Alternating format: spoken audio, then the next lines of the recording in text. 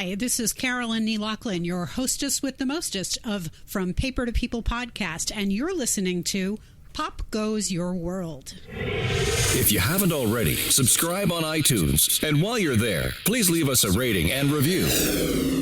And now it's time for our feature presentation. I'm Chris McBrien, and the pop culture from Generation X is everything to me. And I'm Derek Myers, and I'm here to educate Chris on the great pop culture of today's generation. Episode 320, Spies Like Us, movie review.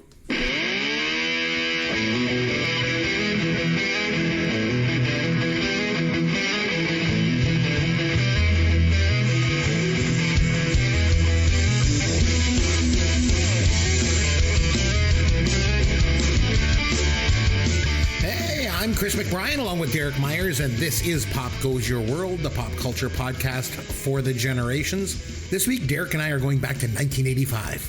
I like 1985, Derek, as you know. We're going to review the Dan Aykroyd Chevy Chase comedy Spies Like Us, but before we get to our movie, Derek, what pop culture have you been able to take in recently?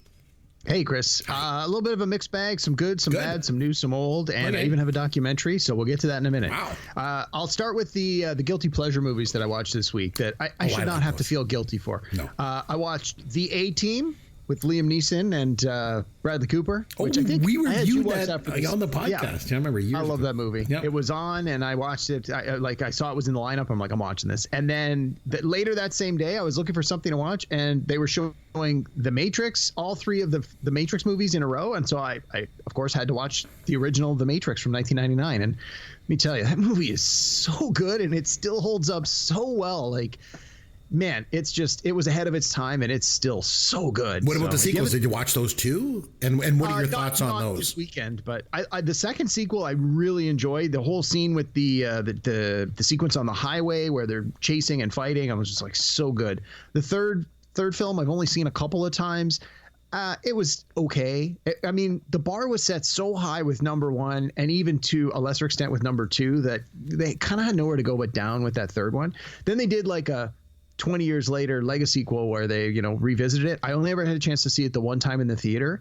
And I got to be honest, I fell asleep because it was over the Christmas holiday and I was just wiped. And I was bummed that I had slept through half the movie. So I kind of don't know really what happened. So I really need to revisit that. But anyway. I've only ever seen the first one, and I'm pretty happy just leaving it at that. I think I enjoyed it. It was great. And that's it. I don't need to see the sequels. So.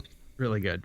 Okay, so then the quality goes down from here. So then I had a chance to watch the new release on the streamers, Caveman the Hunter. So this is part of the Spider-Man movie franchise from Sony. So it's like the same world as Venom. Surprisingly, I haven't heard of it. So no, and for whatever reason, Sony is sort of outside of the real MCU, and they can sort of just do their own thing, and the quality is not great. And Caveman the Hunter is a villain. Like most of these Sony ones are villains. There's a movie about Mobius. He's a vampire. He's a Spider-Man villain. He got his own movie. Venom. He's a Spider-Man villain. He got his own movie. And now Craven, Spider-Man villain, got his own. Why are they making these movies about the villains? I don't know. Craven is, a sort of middle of the road character, and it's like this is all because of the Phantom Menace, Derek. Yeah, because we got to make a movie about the villain, and like everyone wants to do it. It's so stupid. Yeah, it was not great. I mean, it was just sort of your typical turn your brain off action adventure, but I was kind of hoping there'd be a little bit more depth, like comic book stuff in it, and it was a hot mess. Like I think I mentioned a few weeks ago, I watched the recent Venom movie. I think it's called The Venom: The Last Dance. It's the third Venom movie, and it was actually pretty good. This Craven movie, no, it was not great. So don't waste 2 hours of your life. It is like 2 hours and 10 minutes. So like, no, there's no need to watch this movie. It was not great. And it's got Russell Crowe in it. And man, Russell Crowe is fat. Man, you watch him and you're like, you were the gladiator. What happened to you? So he's not PHAT like the kids say. We're talking no, actually he's capital obese. FAT. Yeah. Like his wife says. All right. But then we're going to flip this quality thing around. So I had a chance to watch this season of The White Lotus, season 3. I think I mentioned last week I just started. It was 8 episodes. Yeah. And last week I'd only watched 1 or 2 episodes, but the finale was just this past weekend. So I waited, and then I just binged it all last week. And it was amazing. It was super good. The finale was 90 minutes, which was I was a little hesitant. I'm like, oh man, it's like watching a movie, you know? Yeah, no, it was really good. This is a hot take, but I think White Lotus season 3 is the best of the 3 seasons so far. And I know that's a hot take because people think that the first 2 are like amazing. I think season 1 was better than season 2, but I think season 3 was the best of them so far, in my opinion. I really enjoyed it. And I don't want to say too much because I know there are people still watching through it and maybe haven't seen the finale. But yeah, it was quality television. It's going to sweep the awards when they come to do the TV awards next season. Don't kid yourself. They're all getting nominated up and down the board. It was fantastic. And then I had a chance to watch a documentary for the first time in a while. Oh my God, it's been a while. For 40 days and 40 nights, he watches documentaries. He likes to learn about the world. It's Derek's Documentaries. Derek's Documentaries. Oh, what documentary did you watch? It's simply called Gary, and it's about the life of Gary Oldman. No, not Gary Oldman. The guy who plays from Different Strokes. What the hell's his last name? I'm blanking on it. Gary Coleman. Oh, you watched a documentary on Gary Coleman? That's super wrong. I'm like, wow, talk about a brain fart. Yeah, Gary Oldman. Oh, yeah, that chameleon actor there that spit all over Joey on Friends. Yeah. No, it's called Gary. It's about Gary Coleman, who was in Different Strokes, child actor. My parents stole all my money. Yeah, pretty much. Yeah. So I was... I'm familiar with the TV show Different Strokes. I watched it when I was young. I don't necessarily have the same nostalgic love for it that I know you and your kids do. Oh, but I love it. Yeah, I've introduced my kids to it. They love it too. Yeah, it's good. Yeah, so I thought, okay, well, I'll watch. I've seen a bunch of documentaries about child stars, so I kind of had an idea of what I was in for. I didn't love it. It was only about the first. So the thing runs about.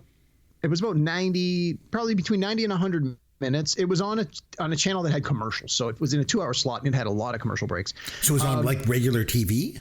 It was on, well, it originally was on Peacock, but I got it on, I'm getting a bunch of like preview channels, and it's like, it's not the documentary channel, but it's like the information and crime channel. It's weird. I didn't even recognize. I'm like, what the hell channel is this? But it was showing some. I was like, oh, I just happened to flick it on. I caught it halfway through, and I was like, oh, is this on again later? Sure enough, so I just recorded it later.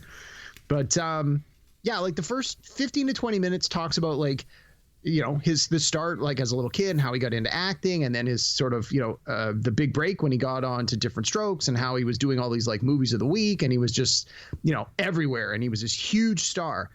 And then the next like hour and 20 minutes just like sort of fast forwards 10 to 15 years. And it's like, okay, now it's the mid to late 90s and the 2000s. And we're going to talk about all this drama that's happening in his life. And then how, the people around him, his parents and his agents were like spending all his money, and how, he had bad relationships and there was domestic violence. And it's like, I've seen a lot of documentaries, and you can make those things interesting.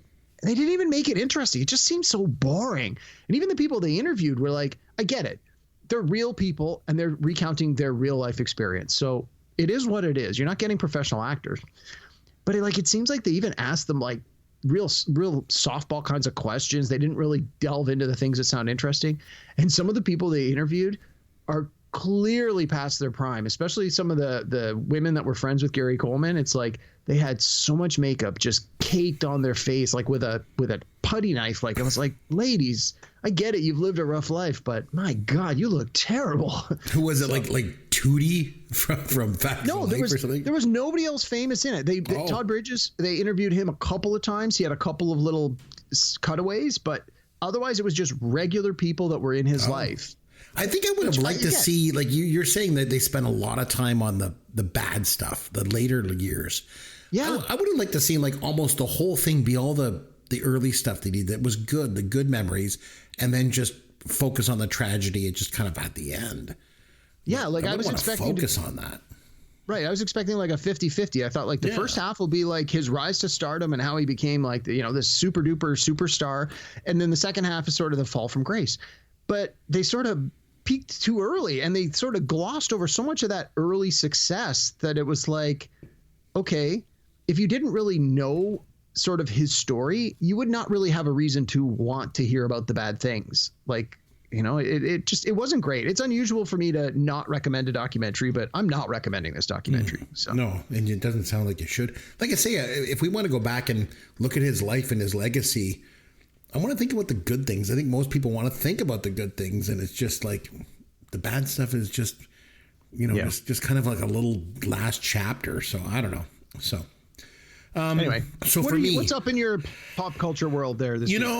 I got to thinking the other day, Derek, pretty much all the pop culture stuff that my wife and I have done together over the last year or so has usually revolved around stuff that I want to do. Like we never seem to do anything that my wife wants to do. Like last year we went to Martha's Vineyard to tour all the Jaws movie locations, and we visited John Belushi's grave. And we went to see like Who's Live Anyway and the Steve Miller Band, and I went to see Jerry Seinfeld and Bare Naked Ladies and Glass Tiger. I went to see the cast of Revenge of the Nerds. The list goes on. So I got thinking, Derek, I thought I really should do something special for my wife. Mm-hmm. So I bought her an old VHS copy of Breakin' 2, Electric Boogaloo. No, I'm just kidding. That would be a really gift. Jeez. No. I was going to say, and you are still sleeping on the couch now, right? Exactly. No, so I actually took some time. I took my lunch break the other day, and I went in and I logged in early, and I was one of the very first people in line for the virtual ticket sales, and I got us tickets to go see Lady Gaga in concert. Nice. Nice. Mm-hmm. My wife is always going on about how much she wants to see Lady Gaga. And like she never seems to be on tour. Like for a while, I think she was playing a residency in Vegas. Yeah, she was in Vegas for a long time. Yeah. There's no way in hell I'll go to the US right now. So then I heard Lady Gaga was going on tour. And I was like, oh my God, that's amazing. But she's not going to stop in Canada, And why then not? Our money's as good as anyone else's. Yeah, so I look it up, and then I'm like, oh my God, she will. So she's going to be in Toronto in September, so I got tickets. So we're going to go and see something that my wife would like to do for a change. So I figured it might also get me some brownie points, because now I'll be able to watch a few more episodes of Tattletales and Love Boat, during the week, So I guess I had some ulterior motives. But hey, my wife gets to see Lady Gaga, so I'm happy. She's happy. It all works out. And to make everyone else happy, I got this. Here's your dad joke of the week. Derek, a Scotsman, visits his doctor, and he pulls up his kilt, and he says, "Doc, you got to help me. I'm going crazy." And the doctor says, "Yes, I can clearly see your nuts."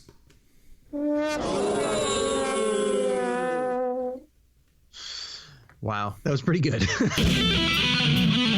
Breakin' 2 Electric Boogaloo movie review. This is a danceicle.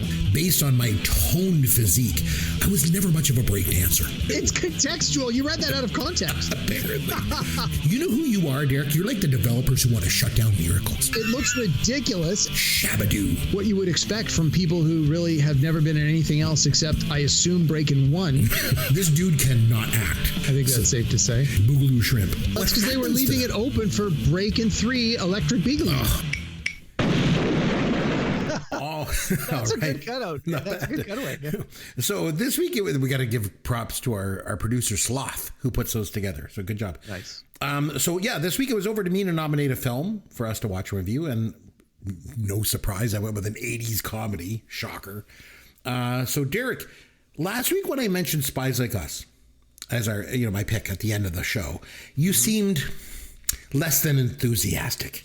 So I think lukewarm is probably a good way to describe my feeling. Obviously, you had seen this movie in the past, and you clearly didn't have fond memories of it. But now that you've gone back and watched it this week, what are your initial thoughts of this film? Yeah, so I probably saw this for the first time in the late 80s on VHS, because, again, I was too young to go see it in the theater when it came out. Mm-hmm. And at the time, I remember not loving it. Again, I'm not a big Chevy Chase fan, and even back then, I especially was not a Chevy Chase fan. So I think that I was predisposed to not wanting to like it. But again, as a young kid, I probably didn't understand some of the jokes and the humor. Anyway, and then I rewatched it maybe, I don't know, got to be at least 10 years, probably 10 to 15 years, like maybe in the early 2000s. And again, I sort of was like, let me give it another shot. And again, I don't really remember loving it. So when you were like, I want to watch this movie again, I thought, okay, here we go again. Maybe third time's the charm.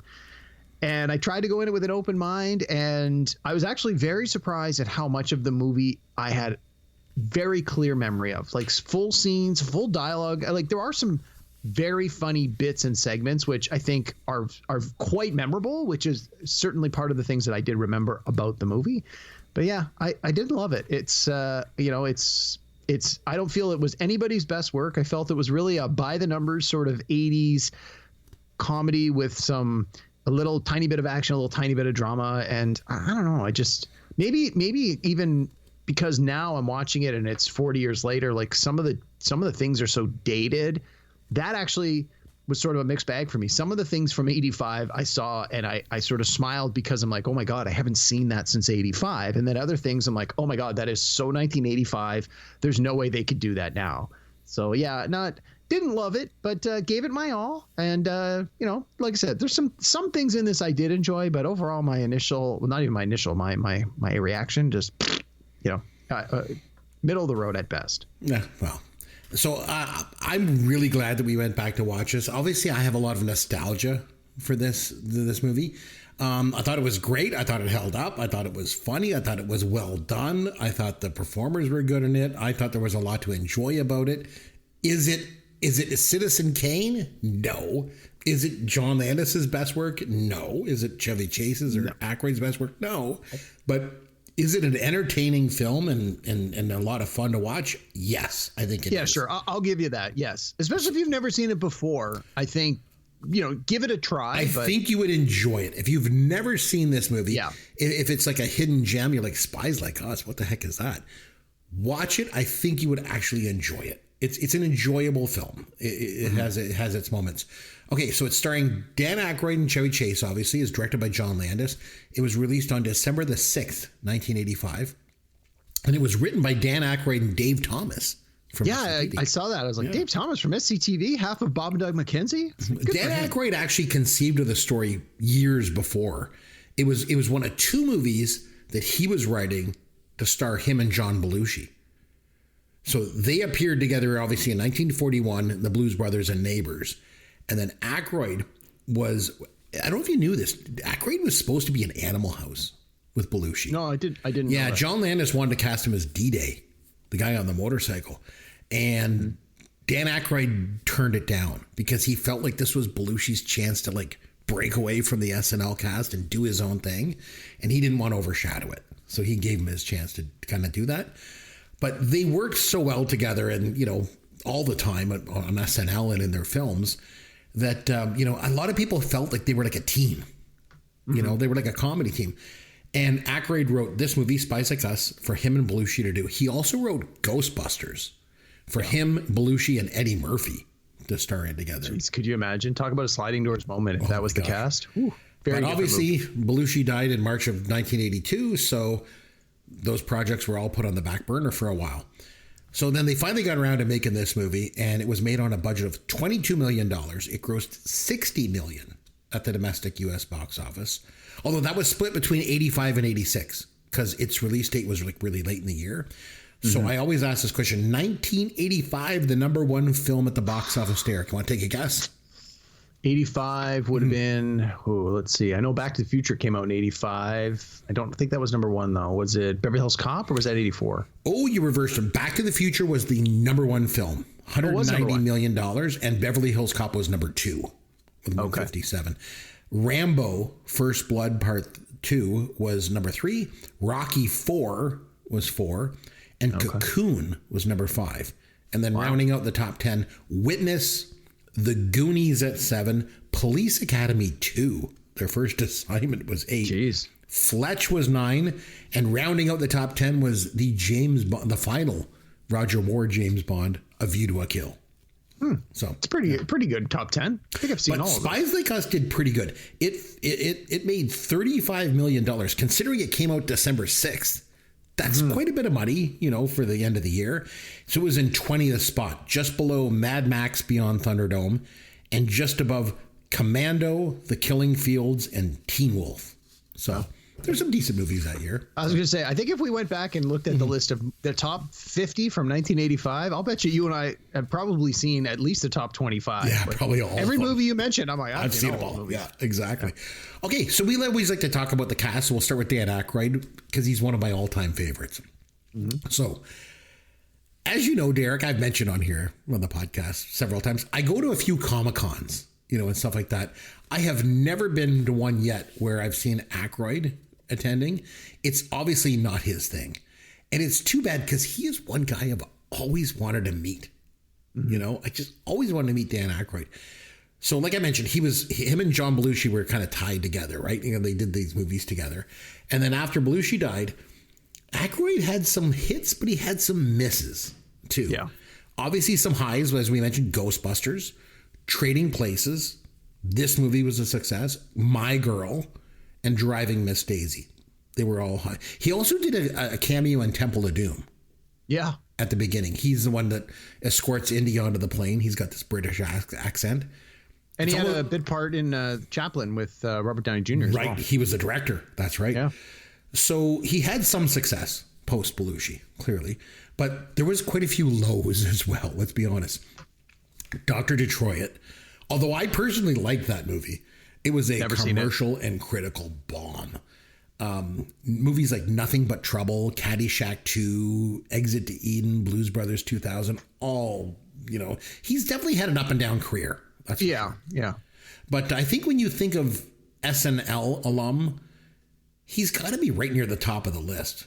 I would think so. God, he was for people of a certain age. Like I think younger people, not so much, but I think people that are our age that were watching the show or growing up when he was on it, he was extremely influential. Well, yeah, if you never had the chance to watch him, if you're, too young for that, like he was very unique. Like there's never been anyone quite like him on SNL, don't you think? Yeah, I think a lot of the people in the original cast, they all brought something special to it that you could argue has not been replicated by anybody who has come since. And speaking of SNL alums, Chevy Chase, he was in the first cast of the show in 1975. And the thing with him was he couldn't really do impressions or any real characters. He just basically played himself. Even when he was spoofing Gerald Ford, it was just Chevy Chase. Like, that's all it was. And I think if you look back, it probably helped him establish himself as one of the first recognizable people to come out of that cast. Like it led to him, he quit the show and went into movies, right? Because he was he got famous. Well, and I think part of the reason that and I'm not the first to say this, I think part of the reason he was so famous so fast is he was the only cast member that every week said their own name. He was on the Weekend Update and he said, "I'm Chevy Chase." Like now people, I'm Chevy Chase and you're not. And you're not. Yeah. Yeah. So again, that's one of the things that I've read more than once is that's one of the big reasons why, the performers ended up on the Weekend Update desk with Saturday Night Live is they get to say their name every week directly to camera, directly to the audience. And it's like, I think that helped them more than anybody would have anticipated right out of the gate. And to your point, he got real famous real fast. And then he did a whole bunch of movies in the early 80s. He had some small parts in movies in the 70s, like he did The Groove Tube and Tunnel Vision, but his first real feature film was Foul Play with Goldie Hawn. I like that movie. I've never heard of it. What? You never heard of Foul Play? No. What year did it come out? Oh, man. It came out was it 78? It was great. And I think one of the reasons why... I don't know anything about it. What? I was 4 years old. I don't know anything about it. Yeah, but that's a lazy excuse. There's been lots of movies that came out when you were young. It didn't matter. You still know them. Like Foul Play was really good. And I think one of the reasons why I liked it and why it worked so well is it wasn't a straight up comedy. Like him and Goldie Hawn had really good chemistry together. And it was kind of like a whodunit, like a mystery film. Well, don't ruin it for me. Maybe I'll actually watch it. You should. It's actually quite good. Like I said, they had great chemistry, and they also reprised that when they did Seems Like Old Times together. Now, he definitely had some misses there, especially early on, even in the 70s with like Oh Heavenly Dog and into the 80s with Under the Rainbow and Modern Problems. But he was in some of the most important comedies in the late 70s and the early 80s, like Caddyshack and National Lampoon's Vacation movies and Fletch and like Spies Like Us here. I think Chevy Chase, though, is like someone you either loved him or you hated him. You think that's fair to say? Yeah, I was not a big fan of his growing up at all. Yeah. But just like he did on SNL, in his movies, he basically just plays himself. Yeah, of course he does. He's like the Ryan Reynolds of his day. Okay, I'll give you that. Yeah, sure. He just plays himself, right? Yeah. But believe me, I think I like Ryan Reynolds a lot more than. Oh, you do. He's your boyfriend, right? So, I want to mention Donna Dixon as well. Let's be honest, not much of an actress. She's not a very good actress, but man, she got by on her looks. So she was in Bosom Buddies, the TV show, with Tom Hanks and Peter Scolari. And we saw her recently on the podcast. We did Wayne's World not that long ago. She was Garth's dream girl in that. Oh, really? Yeah. Oh, geez, I didn't know that. Remember when I remember the woman. Foxy I just didn't know lady. that's who it was. Yeah, that was her. And she was in Dr. Detroit. That's where her and Aykroyd met, actually. So they met on that film and they got married. They were married for almost 40 years.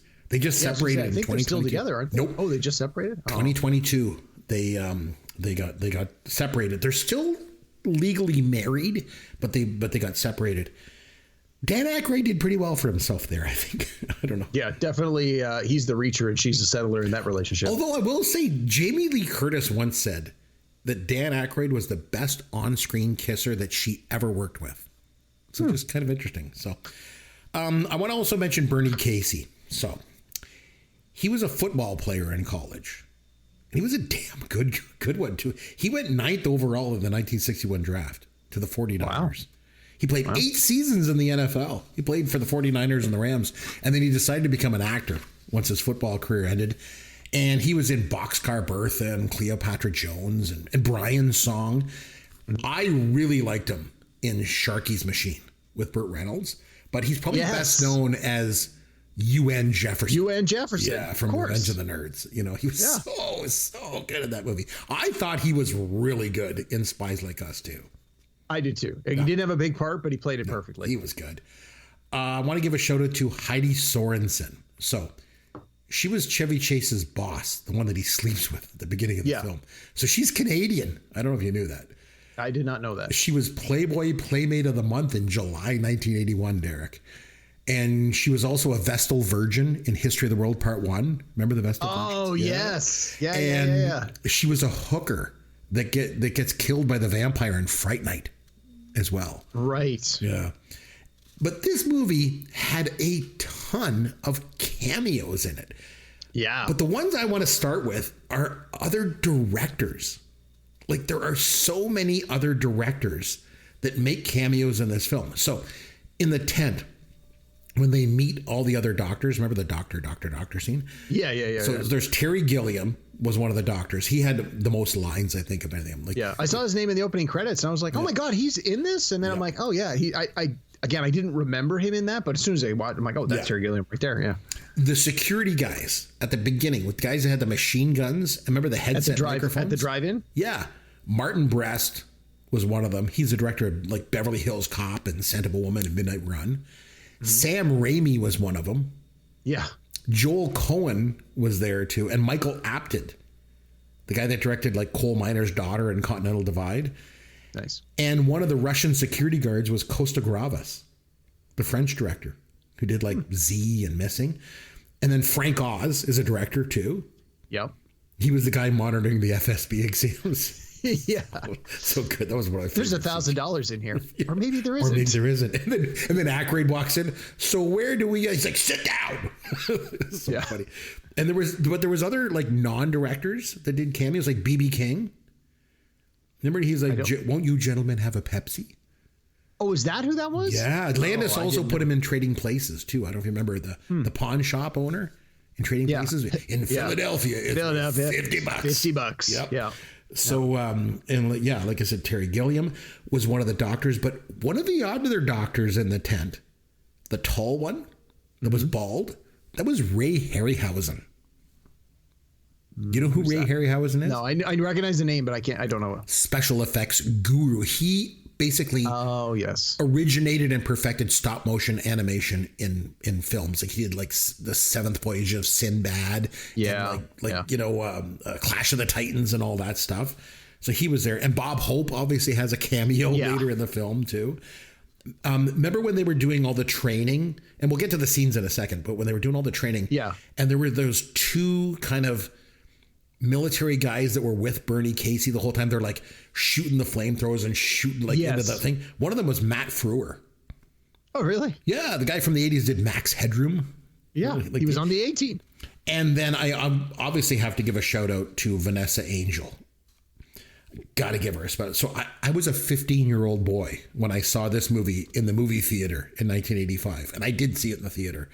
Mm-hmm. She was the one that steps out of the tent in the snow in that scene in her underwear. I'm sorry. That had a profound effect on 15-year-old me. So I had to give her a shout out. Oh, my God. Yep. Want to talk a little bit about the director, John Landis? I think we should. So sorry, I just want to say, you said Matt Frewer, and I said he's in the A-Team. No, I was mixing him up with Dwight Schultz. So yes. Show note, I was wrong. So John Landis got started very young. He started directing films when he was 21. He directed Schlock. It was this comedy horror. He also starred in it. He's the guy inside the ape costume. And then he went on and directed the Kentucky Fried Movie for Zucker Abrams and Zucker. And then Animal House obviously just made him famous. And he directed The Blues Brothers and Trading Places, American Werewolf in London, Coming to America. He directed the music video Thriller. And he overcame this huge blow to his career in 1983 when he was directing Twilight Zone, the movie. Oh, right. And Vic Morrow and 2 children were killed on a set that he was directing. And then he overcame that. And then after years of success, his career just tanked. It was like he just forgot how to direct. He made Beverly Hills Cop 3, Blues Brothers 2000, and then The Stupids. And it was just all over for him. Mm-hmm. Which is such an incredible career. You know, like he was so influential and such a big part of the 70s and the 80s, especially in the comedy world. And then he just disappeared, you know. But I still look back fondly on his films. I think he was a great actor. We've done a bunch of them on this podcast. Like some of them are definitely standouts and important movies from the 80s. So. Okay, I think I'd like to talk about some of the scenes in the film, if you don't mind. The opening scene, when Chevy Chase is in his office and he's watching a movie and the song is playing during the opening shots. It's from She's Working Her Way Through College from 1952 with Gene Nelson, Virginia Mayo, and of course, Ronald Reagan. And they're doing that musical number, Loving You. Yeah. The thing is, again, you mentioned the movie's a little bit dated.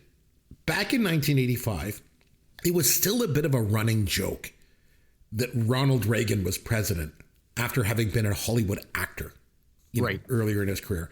It's kind of like today, like, you know, America elected a reality TV star. At least Reagan wasn't a total I guess. But I mean, people back then would poke fun at the fact that an actor became president. Yeah. You know, and that's what even in Back to the Future, they make that joke. And because I think Doc say, "Oh, let me guess, Jane Wyman is the first lady," or something. Right. Yeah. So I think this is one of those things where I'm like, a younger person watching this now would probably not recognize that is Ronald Reagan, former U.S. president and former actor. Like they would just be like, he's watching an old movie with 3 people. They wouldn't get that extra level of the joke. Well, yeah, because the whole song goes on, and it's not until Reagan pokes his head out and he sings "Hotter Than a Baker's Oven," and then you get the joke, right? But exactly. People today would probably not, because he was young in that, so they, you know, and it's a really obscure movie that nobody really knew. Now, in fairness, though, Landis does a good job of setting it up. And like the scene immediately before that, he pans around the office and there is a portrait of President Reagan on the wall. Right. So again, for a really astute audience who maybe didn't immediately know who that was, the clue is there. But no, a younger person who's probably watching this movie while playing on their phone would miss that and then not get why did we have 45 seconds of this song in this movie? So yeah, I know you said overall you don't really like the movie that much, but I think when you break it down into some of the scenes, some of them are pretty good. So the next one, when they're cheating on the exam, it's just, that whole scene made me just laugh. Yeah. When and like Chevy Chase is like trying to cheat. He's got like the answers rolled up in a piece of paper in his mouth. He's got his arm in a fake cast. He like takes his arm out with his cheat sheet. And he's wearing a patch. He pulls it away and looks at the answers. And then I love when he turns to Dan Aykroyd and he's like, "What does KGB stand for?" He writes on the thing. Yeah. And Dan Aykroyd's like, "Komitat Guzudar Svenoi Bezopeznaski." And he actually gives him the answer. I don't know. And then Chevy Chase farts. And he like blames it on the other guy. It's like, again, you always say and fart jokes. Yeah, right? That's where the money is. Exactly. Yeah. Then they obviously work together really, really good as a team. Obviously the military brass notice it and they decide to, pair them up as decoys. And they send them to probably the best part of the film, their intelligence training. I laughed nonstop through the whole thing. And I've seen this before, but the obstacle course where all the soldiers are like yelling, hut, hut, hut, hut, hut, hut, hut, hut, just like in the Blues Brothers, right? When the army was chasing Jake and Elwood through Chicago. And Bernie Casey just gets interspersed into every single scene because it's almost like he announces the scene as it's going to happen. He's like, yeah, in this obstacle course, we do it a bit differently. We add the element of scorched earth, and there's just like bombs going off everywhere. And then it goes back to Bernie Casey, and he's like, this will test your ability to stay afloat at high speeds. And they just pull him behind a speedboat. Yeah. Like, what the hell? And then I like when he talks about aggravated body temperature measurement, they just blast him with flamethrowers. And then he's like, we're going to determine your G-force threshold. Just relax, gentlemen. Yeah. And they're like, oh, this is easy. And they get spun around. It's such a great sight gag. Yeah, and I remember from the trailer, actually, where it's like you see them spinning and then he comes out and goes, oh, yeah, coffee? Yeah, their faces are all like distorted. Yeah. I did laugh at that. Again, I had full, clear memory of the scene, but that one made me laugh. The rest of it, not so much. Oh, I liked everyone. I was laughing. Every single thing they did in there, I thought was good. So another scene, obviously, that I thought was really well done was the Dr. Tent scene. Yeah. That's the staple from this movie. Oh my God. When you say to someone, Spies Like Us, they immediately respond with doctor. And then, of course, when Bob Hope comes in later, he's like, doctor, glad I'm not sick. It's just a great line. I also like in that scene when Chevy Chase says, he's like, I can't do the operation. I've lost all the feeling in my hands. Yes. And then he shows that his hands all limp by letting it grabbed on in Dixon's breast. Yeah, and he leaves it there for like the whole scene. And she doesn't say anything. Yeah, it's so funny. And then, of course, one of my favorite scenes in the film, I forgot how much I liked it, was the operation scene. So where they're faking being doctors. Yeah. Oh my God! And he's like, his hands don't work, right? So he suggests, or I think it was her that actually suggests, well, let's let Dr. Greenbaum perform the surgery for you. And like, oh geez. So one of my favorite parts, they got the guy laying there unconscious on the operating table, I guess. Mm. And then he's like, the first step in an operation of this particular type is, and he goes under the table and starts reading a medical journal while Chevy Chase is just like looking at the patient. That makes me laugh so much. And then he comes up and he's like, shave the patient. And they lather up his beard. And then they're like, the second step. And then he goes back under it. He's like reading the medical journal to make the first incision. And then he comes up and then he goes to do it. And I like how Terry Gilliam calls him out. He's like, isn't that a little high for the appendix? And then he's like, you want to do the operation? Fine. You come up here and you do it. And the other guy's like, hey man, don't call him out. He's like, he was cutting into his chest. That line is so funny. Terry Gilliam gives that line. And he's like, did you see me cut into his chest? I was probing to determine muscle tone and skeletal girth. We mock what we don't understand. Again, I just laughed through the whole scene. And then, of course, Chevy Chase just like, go ahead, will you? I'm getting hungry. It's like such a funny line, dude. And then, of course, he goes to make the incision and the doctor's like, no, he's shaking his head because he's in the wrong. He's too high and he keeps moving the scalpel down. And finally, the doctor just nods. Yeah. Like, okay, that was Ray Harryhausen that did that. And then, of course, the patient has the heart attack before they even cut him. So anyway, I really like that scene a lot. You? I mean, not as much as you did. It was funny, but again, I sort of remembered it and I'm like, it maybe would have been funnier the first time through, but on rewatch, I'm like, whatever. I honestly didn't find it that funny. I also liked at the end the sort of, like, I don't know what you call it, like the going out with the bang scene when Chevy Chase propositions Donna Dixon, because it's basically the end of the world. And then she agrees to go in the tent with him. And then the older couple, they pair off. So it's just Aykroyd with two guys and that beautiful Russian woman. and the two guys look at each other, and the one like purses his lips at the other guy. And then Aykroyd's like super excited because he gets this beautiful Russian woman. So I like that. And then the end of the film, funny enough, the original ending featured the end of the world with like a nuclear holocaust, just like in Dr. Strangelove. Yeah. Test audiences hated it. So they reshot the end with them playing Trivial Pursuit to determine who's going to get rid of their nuclear weapons. So one thing I wanted to mention too is Paul McCartney did the song. Yes. Yeah.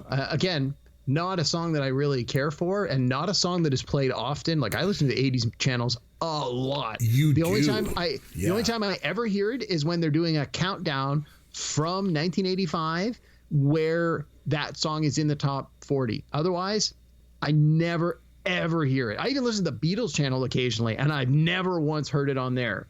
It's funny because I kind of like it. I thought it was kind of catchy and good. I don't know. And so obviously it charted in 1985. So like you're saying, it made its appearances, on those lists and stuff. But I don't know. Like you're right. In like just 80s throwback channels, you never hear it. But I thought it was pretty good. And they had a music video for it and everything. It was quite popular. I don't know. I thought it was pretty good. So. Yeah. Speaking of music, one of my favorite quotes. Yeah. When they're in Russia, they're in the snow, and they're going to where the Russians are, and then they can hear the music playing, and the guy says, and he's trying to identify the song. He goes, "It's Soulfinger by the Bar Keys." Yeah. And then Chevy Chase, they must be having a hard time getting gigs. Oh my God, did I laugh so much at that? It was right. Again, it's just a throwaway line. But it was one of the things that I was not expecting it. And because so many of the pivotal scenes I actually remembered very, very well. So we've talked about before. Humor is often, something that's unexpected. It's the timing and it's the unexpected nature of what comes next. This was one of the only times in the movie where there was something that they said that I had no idea was coming. Man, that was probably the hardest I laughed this whole time through. And it's just such a throwaway line, but I thought it was great. But it's so Chevy Chase too, because like it is. That's what he did. In all of his movies, just had these little throwaway lines where he just make these comments on stuff. Like that scene before they did the training and stuff, when all the ninjas come flying out of the thing, and then he doesn't know what to do. He's caught in this situation, so he pulls out his wallet and he's like, "This is a picture. This is my sister. You can all have her. I hear she's really good." What? Like he always has these throwaway lines, Yeah. And that definitely was one too. Another one I liked was early in the movie when he has sex with his coworker there, and then he's trying to sweet talk her, and he said, his boss, and she says, "You're not going to give me some BS that you're dying, are you?" And he's like, "No, well, not now." Not now. Yeah, exactly. That's him. The delivery was quite good. That's him for you. Is it a great movie? Okay, maybe not. But is it a good, funny movie? I think you bet it is. And it's got John Landis' stamp all over it. Like, sure. Yeah. I always felt that John Landis had created sort of this subgenre of movies, and I always called it the epic comedy. So, like, for me, Animal House had this big sweeping score by Elmer Bernstein. Mm-hmm. The Blues Brothers was like bigger than life with all the car crashes and destruction. Trading Places, if you remember, opened up with Mozart's Marriage of Figaro. Mm-hmm. John Landis, I felt, always had a way to elevate the material to like more than what it would have been with a lesser director. Yeah. That's what I always felt. I think that's fair. Yeah. I don't know. So overall, I thought it was really good. I'm glad I went back and watched it. You know me, I love 80s comedies and stuff. Your rating out of 10 is going to be low, I'm assuming. I will. It's between a 5.5 and a 6. I'll give it a 6. I'll be generous tonight. I'm going to give it an 8 out of 10 because I really that's a little too generous. I don't know, but I really got a kick out of it, and I laughed a lot. And I mean, it's been a while since I've seen the movie, but I did enjoy it. So anyway, 8 out of 10 for me. You know what? I love those kind of movies. I also like doing this, so let's have some fun with Caveman. All right, my man, it is over to you since it was my movie. What have you got for me? Put me in the hot seat, will you? We're going to do something completely different. Sure. So I got to explain how it's going to work. Okay. So both Chevy Chase and Dan Aykroyd are Saturday Night Live alumnists. Yes. And quite often when SNL alumnists make feature films, they bring their friends into the movies with them. And why not? I mean, you know these people, and in many cases they're quite talented. So, and we see this more and more, especially in some of the more recent movies starring more recent Saturday Night Live alumnists. So I have a list of 10 movies that have the most Saturday Night Live cast members in the movie. Oh, like in the same film. In the same movie. Now, some of them have very small parts, but in some of these, they are like pivotal key people. So I'm going to ask you for each movie, I'll give you the year and the description of the movie. Okay. I want you to do two things. First, I want you to name the movie, which will be really easy because I included the name of the star in the description of every movie because I'm not testing you on the name of the movie necessarily. Then I want you to guess how many former or current Saturday Night Live cast members are in the movie. And I'll give you a hint. The lowest number is 5 and the highest number is 20.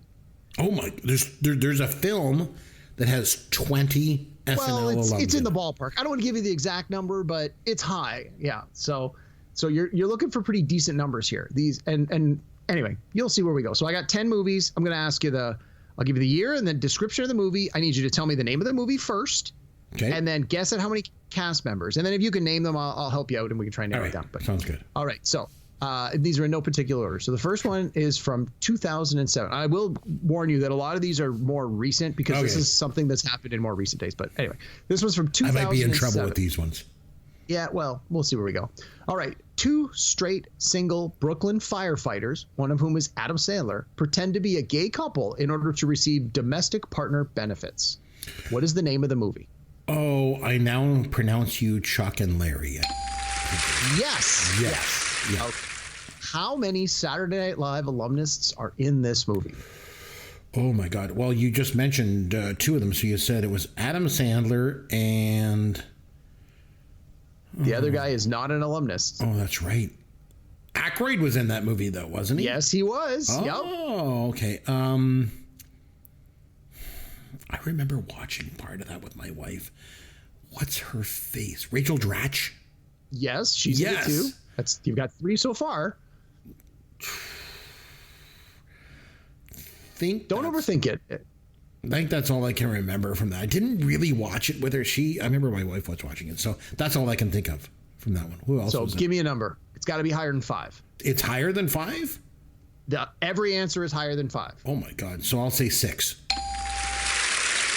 You're right. It is 6. Oh, it was Adam Sandler, Dan Aykroyd, Rachel Dratch, Robert Smigel, David Spade, and Rob Schneider. Oh, Smigel too. Yes. Yeah. All right. This one I guarantee you're going to get. From 1984, right in your wheelhouse. One of England's loudest bands, which included Christopher Guest, is chronicled by a documentary filmmaker on what proves to be a fateful tour. Name the movie. This is Spinal Tap. Yes. How many Saturday Night Live alumnus are in Spinal Tap? Holy smokes. Well, feel free to name them off. Christopher Guest. Yes. Was Michael McKean ever in the cast? Yes. Yes, he was. Yeah, he's in the band. Yeah, but was he ever in the cast of SNL? Yes. Oh my gosh, Billy Crystal was in that. Dana Carvey was in it. Yes. I'll give you a hint. Also, Harry Shearer was on Saturday Night Live. So the 3 members of Spinal Tap. He was because he did the Sick Day Swimming. That's right. Yes. So you're up to 5. 3 of them. So I got 5. Fred Willard was never in SNL. No, and he was in that. Oh my gosh, who else would have been in there? This one's a little bit of a cheat, so there's a couple that are like, So anyway, give me a number. What do you think? So you're at 5. I'm at 5. I will go to 7.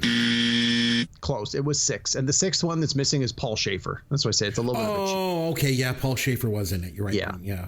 He was never a cast member, but definitely. No, I know. Yeah. Definitely part of things. All right. Okay. We're moving to 2010. Okay. Out of my wheelhouse, but I'll do my best. Yeah. But again, a very popular movie. Sure. After their high school basketball coach passes away, 5 good friends and former teammates, including Adam Sandler, reunite for the 4th of July holiday weekend. Name the movie. Oh, my oldest son likes this movie, and I can't remember the name of it. Is it oh crap. No, it's not. Oh crap. Oh man. I can't think of the name of it. I'm blanking on it. Sorry. It's called Grown Ups. Grown Ups. That's right. Yes. Yeah. He really liked it, and he actually made me sit through part of it. He put it on, and I was like, I'm not really watching it. I'm like, I didn't really enjoy it.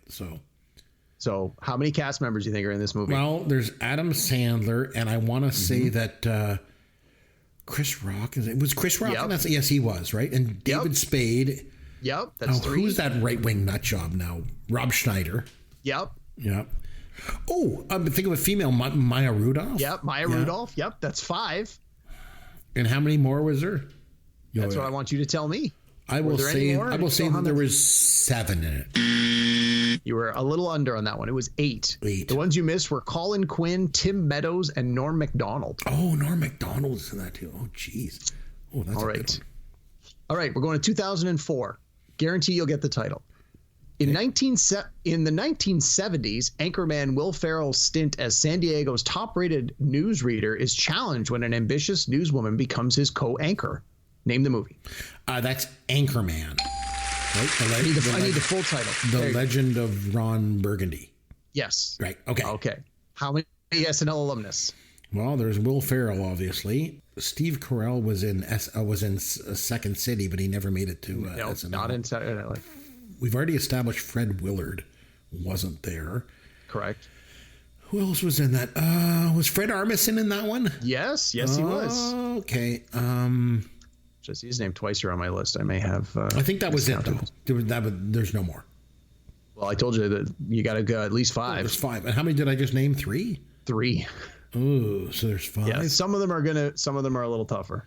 I have no idea who the other ones would be. All right, pick a number. Give me a number. I'll say 5. It's more than that. It's 7. Oh my Again, a couple of small. There's that scene where they do the fight with all the other news teams, and that's where a bunch of people come in. So it's Will Ferrell, Dave Conacher, who's the guy Whammy, who I had no idea was on SNL for 3 seasons. Really? Chris Parnell, Fred Armisen, remember, with the jazz flute where they're in the restaurant? Jerry Minor, I don't even know who that is. Right. Laura Neitlinger, I don't know who that is. Ooh. I got him twice here. Chris Parnell, we already got. Jerry Minor, and Ben Stiller is one of the other news anchors when they had the big fight. So that would have been, sorry, I had my count here wrong. It was Ben Stiller was an SNL? Yeah, I think for 1 season, if I remember correctly. Wow. Yeah. So 7 was the answer on that one. All right. Didn't know he was ever in the main stage cast. There you go. So, all right, from 2000. After 2 of the devil's 3 sons escape hell to wreak havoc on Earth, the devil must send his 3rd mild-mannered son, played by Adam Sandler, to bring them back before it's too late. Name the movie. I never saw this. It looked terrible, but I think it was called Little Nicky. Yeah, it was awful. It was terrible. It was really bad. So I'm just going to go with the minimum 5 on this one. No, it had 9. What? I couldn't name any other than... It was Adam Sandler, Robert Smigel, John Lovitz, Dana Carvey, Kevin Nealon, Michael McKean, Rob Schneider, Ellen Cleghorn, and Fred Wolf. I don't even know who Fred Wolf is. Adam Sandler was always known for bringing people along. Absolutely. Putting them in it, so that makes sense, I guess. And we're gonna lean right into that. 2013. Okay. After moving his family back to his hometown to be with his friends and their kids, Lenny, played by Adam Sandler, finds out that between old bullies, new bullies, schizo bus drivers, drunk cops on skis, and 400 costume party crashers, sometimes crazy follows you. Okay, again, my son watches all these Adam Sandler movies, and I don't know what they are. For 2013, I don't know. I'll give you a hint. It's a sequel. Is it... what was the last one that you mentioned? There was is it Grown Ups 2? It's Grown Ups. Okay. All right. I think actually, now that you mention it, I think Grown Ups 2 is one that he put on one day, and I just refused to watch it. Yeah, probably for the best. Yeah. Okay, so Grown Ups 1 had 8. I'll go with... the sequel had more or less? I'm going to go less. I'm going to go 6. No, you went in the wrong direction. Oh, my God. 15. It had 15. God. Adam Sandler, again, it had all the ones for the first one. Adam Sandler, Chris Rock, David Spade, Maya Rudolph, Colin Quinn, Tim Meadows, John Lovitz, Sherry O'Terry, Ellen Cleghorn, Melanie Hutzel, don't know who that is. Melanie Hutzel, yeah, I remember her. She was on it for a couple seasons. She wasn't very good. Adam Sandberg, Bobby Moynihan, Andy Taron Sandberg, Killiam, wasn't it? Pardon me. Yeah, Andy Sandberg. Sorry, I think I said Adam Sandberg. Bobby Moynihan, Taron Killiam, and Paul Britton. Again, not sure who that is, but all right. That one we just did. Okay. We got 4 more to go here. 2008. Okay. Jackie Moon, who's played by Will Ferrell, the owner, coach, player of the American Basketball Association's Flint, Michigan Tropics, rallies his team to make their NBA dreams come true. Name the movie. Oh my God, I seem to recall it, but I don't know. It's called Semi-Pro. Semi-Pro. Wasn't that like a remake of an older movie? I have no idea. I don't think it was, but I couldn't tell you. I never saw it. How many Saturday Night Live alumnus do you think are in this Will Ferrell ensemble? I don't know. Stupid Will Ferrell movie. Will Ferrell is so hit and miss. He is better as a second banana. Always was. So him being in the movie, I don't even care. I don't even know who was. I'll say 5. Close. It was 6. Okay. It's again it's a lot of the usual suspects: Will Ferrell, David Conacher, Tim Meadows, Jason Sudeikis, Kristen Wiig, and Jerry Minor. Oh yeah, Jason Sudeikis. Mm-hmm. Forgot about that. There's been a lot of these. Yeah. All right. This one you should do well on. From 1993. Okay. An alien couple played by Dan Aykroyd and Jane Curtin crash land on Earth and try to fit in. Oh, Coneheads. Yes. How many Saturday Night Live alumnus are in this one? That's a good one because Dan Aykroyd's in it and Jane Curtin's in it, but Lorraine Newman didn't play the daughter. No, she did not. In the movie, even though she did it in the sketch.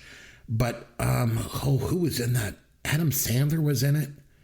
Yes, he was. And Chris Farley was in it. I remember. Yep. They were like eating Subway, and was Phil Hartman in that too? Phil Hartman was in it. Yep. David Spade was in that. Yep. Yeah, I don't. How many do I have? 1, 2, 3, 4, 5. I think that was 6. That's 6. I'm gonna say there's another at least 2 more, so I'll go 8. You are nowhere near the right answer. 16. 16. Yeah, he brought everybody along for the ride. Dan Aykroyd, Jane Curtin, Phil Hartman, Adam Sandler, David Spade, Michael McKean, Chris Farley, Kevin Nealon, Jan Hooks, Julia Sweeney, Garrett Morris, Tom Davis, Garrett Peter Morris Aykroyd. was even in there. Oh my God. Yeah. Peter Aykroyd was never on SNL. Apparently he was. Lorraine Newman, Maybe Tim as Meadows, a and John writer, Lovitz. but he was never in the cast. Yeah, 16. I was like, oh my God, that's crazy. Holy. All right. Garrett Coming down the Morris. stretch here. 2 more to go. Yeah. This one you probably won't get. I didn't even know this movie. 2012. Yeah. While in his teens, Donnie, played by Adam Sandler, fathered a son named Todd and raised him as a single parent until Todd's 18th birthday. Now, Donnie resurfaces just before Todd's wedding after years apart, sending the groom-to-be's world crashing down. Name the movie. Another one of these Adam Sandler crap movies. I have no idea. Yeah, it's called That's My Boy. That's My Boy? Yeah. Never even heard of it. So I'm going to go with the minimum 5. Yeah, it's 6. It's close. Okay. Yeah. So Adam Sandler and Andy Samberg play the father-son. It's also got Will Forte, Rachel Dratch, Anna Gasteyer, and Colin Quinn. All right, last one. I saved one that I knew you'd do well on. 1993. I need you to name the movie. The inseparable duo, Mike Myers and Dana Carvey, try to organize a rock concert while Wayne must fend off a record producer who has an eye for his girlfriend. From 93. So that's okay. So this is where you're going to trip me up because Wayne's World, I know we reviewed it here on the show. This sounds like Wayne's World 2. It is Wayne's World 2. Yes. And unfortunately, I have never seen Wayne's World 2. Really? Never had any desire to see it. I'm like, I liked the first movie. It was good. I'm good. I'm out. So I'm going to say Mike Myers, Dana Carvey. It's got to be 5. So I'll say 5. I'll say who else was in the first one? Chris Farley was in the first one. Was he in the second one? He is in the second one. Plays a different character, but he's in this one. Oh, he played a different character. Oh, my God. So I'm going to go with 5. Am I right with 5? If you're going with 5, that's the wrong answer. Oh, okay. That was my answer for 5. It's 7. It's Mike Myers, Dana Carvey, Chris Farley, Robert Smigel, Harry Shearer, Tim Meadows, and Jim Downey. Don't even know who that is. Downey. Who the hell is that? Beats me. Oh, anyway, yeah. So this, I knew this one would be a little tough. I knew you'd get the names of the movies, which I think you got all of them but one. Which again, oh yeah, there was that one Adam Sandler one I never even heard of. Yeah, That's My Boy. But yeah, I was shocked when I was looking through some of these how many I knew that a lot of the SNL guys cross over into the movies, but I was like, wow, some of the big ones like that had 8 or more. I was like, holy cow, like really, nepotism's a thing, man. It is. But and Adam Sandler, like I say, he's known for that. He brings along everybody. Yeah, I mean, a lot of the guys he brings along were not on SNL, but he definitely has made a lot of movies with his SNL pals. So. Definitely. Okay, so this week I did my movie, so next time you get to pick a movie. What movie are we going to watch and review next time out, my friend? Well, originally I wanted to have you watch something, and then I realized it's yet another movie about nuclear holocaust from the 80s. And I was like, we just did Dr. Strangelove, which was about dropping a nuclear bomb. We just did this movie, which is about firing off the missile. I thought, you know what? I want to sort of move away from this at least a little bit. So what's the other 80s nuclear movie you were thinking of? Was it like The Day After or something? No. It's not. It's a newer movie that takes place in the 80s. Oh, anyway, okay. I'm saving that one on the back burner for a little later. Okay. I wanted to go. So recently, Gene Hackman passed away in the last few weeks. R.I.P. Gene Hackman. Yep. He had a massive career and was in like every movie under the sun. And we haven't done many, if any, Gene Hackman movies that I can think of on our show. We did Superman. We did Superman from 78. Yep. Yes, we did. I forgot he was in that. Yep. So I wanted to go back, and I'm looking at the 90s. He's got a couple of big movies from the 90s. He worked with one of my favorite directors, Tony Scott, a few times. So I'm gonna ask you to go back and watch 1995's Crimson Tide, which I will admit does have a little bit of that nuclear angle, but not in the same way the other ones do. It stars Gene Hackman, obviously, and Denzel Washington, and it's directed by Tony Scott. Like, what's not to like? I honestly haven't seen this movie since the 90s when I worked at Blockbuster. That was my first and only time I ever watched it. So I've been looking to revisit it. This is a perfect opportunity. There you go. It's available on Disney Plus, so we should have no problem getting a copy of it. And you'll be glad to know I've never seen it. Yeah, and I've only seen it the one time, and honestly, I don't really remember much about it, but it gets a lot of high praise from people that really enjoy this movie. So, yeah, we'll come back. We'll watch Crimson Tide next week. Sounds good. We will watch Crimson Tide. We'll review it next time out. Until then, I'm Chris McBrien, and I just want to say on behalf of myself and Derek Myers, and of course our producer Sloth, we just want to say thank you very much for listening to Pop Goes Your World, the pop culture podcast for the generations.